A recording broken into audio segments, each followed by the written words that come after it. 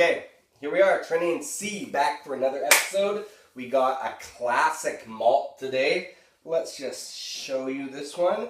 Oh! What? That's a classic. Ardbeg 10-year-old. Ardbeg. Stick around and what makes this one so good?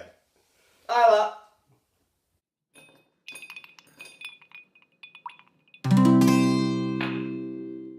Trenny and C, drinking whiskey, describing all the flavors for you and me. Irish, Scotch, bourbon and rye. If they like a bottle, they'll tell you why. Okay, Colin, why don't you pour us a glass? Yeah, I'd love to. So, Ardbeg 10-year-old is a delicious Scotch whiskey from Islay, the west coast of Scotland, in the green bottle. 10 years old, age statement, those are good things, 46%. Or dark green Awesome. bottle. Dark green bottle, and I think this one is specifically in color very light, and I think that's why it's in the green bottle. Oh yeah, that's They're a good masking one. something. Yeah. So, and I'll get to this later, maybe, I guess. I shouldn't talk about color. Yeah. We always talk about color, Color nose, first. taste, finish, and viscosity. For this being 10 years old, and in that barrel for that long, it's not that... It's already smoky on my hands. Yeah. All I did was touch the bottle. Yeah, this one is one of those ones that you can, as soon as you pour it, it's around you. It's aromatic. Yeah, it's in the air. So that's kind of a good segue to nose. Because right away, as soon as you pour it, you don't even have to be close to the glass. You smell it. Did we talk about color though? What did you say about color? I don't know. It's really light for how old it is. It's definitely a pale blonde, pale straw. Yeah, completely. To put a label on it. Yeah. Well, I mean, exactly. And for it being 10 years old, that's the point. Right? Okay. Woo! So, you get that right away. You get your nose close to it. It's like the sweet peat reek. Wow. You know? Sweet peat reek? The sweet peat reek. Wow. And it's there because it is sweet. I put peat sweet smoke, but peat sweet reek is way better. Yeah, that's the same thing, except worded way better. There's some honey to it. That's the sweet. Yeah. There's a minerally component. The peat. Definitely. Yeah. And there's a little sweet sting. How do you feel about that? Yeah. That's the alcohol, maybe? Yeah. Float like a butterfly, sting like a bee. There's beautiful. There's a sweet sting to this bad boy. Yeah. And you get the Jiffy marker kind of smell off of this one, as well as a slight medicinal note and seaweed, salt. Yep. It's really like it smells like where it has been made, which is the wind blasting from the ocean and the sea salt, and you can smell it. And it's got a bit of a, back to that summer rain, kind of a hot day rain, and completely vaporized, kind of minerally. It's like the hot pavement. Yeah. Yeah. Thing. Okay, so taste it. Let's taste this stuff, because the nose is really quite pleasant and mild, and I find as soon as I taste it,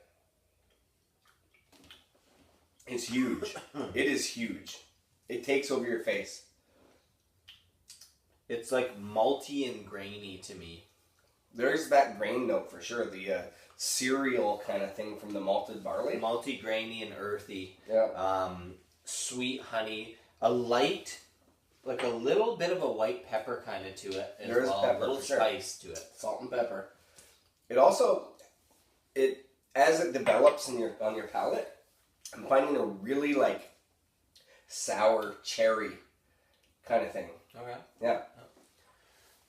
Yeah. Have you ever put sour cherries in a brandy and let it steep? Have you ever had that? That is delicious, and you take those brandy cherries out after about a month or so. That's kind of what this tastes like. That sounds good. Yeah. Finish? The finish for this one, for myself, is like that 80% cocoa. Okay. You know, like that dryness, that Yeah. I know exactly what you're talking about. I got like a bit of there's a long, peaty, leathery dryness. Yeah, it's a long finish. Yeah, like you taste this one for days. It remains. Yeah, it's like the nose. You smell it for days before it's even in your nose. Yeah, and you taste it for days. Yeah, it definitely lingers. There's a linger and a staying power with this bad boy, for sure. Viscosity. I think it goes along with the finish quite well. It's quite, to me, it's quite oily. It sticks on your palate. It's a sticky one, but it's clean and well made. It's a good one. This is the Ardbeg 10-year-old. Go out and get this guy. If you're into the peat monsters. Yeah. If you've never tried peat, but you're just kind of wanting to dive head first, go get this guy, because it is it's a stand by the campfire in October kind of whiskey. It's not your beginner's whiskey. Absolutely not. But some people like to, if you want to go straight to the, to the deep end. Yeah. But having said that, this is not one of those bottles that you could crack and drink it in a night. No. Well, I mean, some people probably could, but it's just you don't want too much of it. You have a glass, maybe two, and you've really gotten to appreciate it. Beyond that, go to something light. And that is something to be said with these really highly peated whiskeys, is if you're going to be drinking whiskey for the night, don't start with this. The really peated ones, right? Yeah, because it's hard to mask that flavor afterwards. Yeah. It's hard to even clean it out of your glass sometimes. Yeah, you get this in your glass, you get it on your palate. So if you're going to have a whiskey night of drinking so powerful. It's so overpowering. Right? That's a good point. You finish with this. Yeah. Finish strong, they say. Yeah, so finish with the really highly peated ones. Also, if you're having a whiskey night with your friends, just the lower alcohol content to the higher. Go in that order too. It's because with wine you go for like the pale and the whites to the reds. And, same it's idea. Kind of the same idea. Yeah, for sure. Yeah. Score it up. Okay, this guy is. I gave it a 27.75. I love this one. I love it. It's fantastic whiskey. Okay, I'll calm down. Okay, you gave it a 25.5. Yeah. For this. It's great. Okay, anyway, 26.62 out of 33. Different ends of the scale here. Yeah, it's funny. I'm loving this guy. But it balances out. I don't not love it, but C hasn't completely embraced the peat, which is fine. Not everybody does.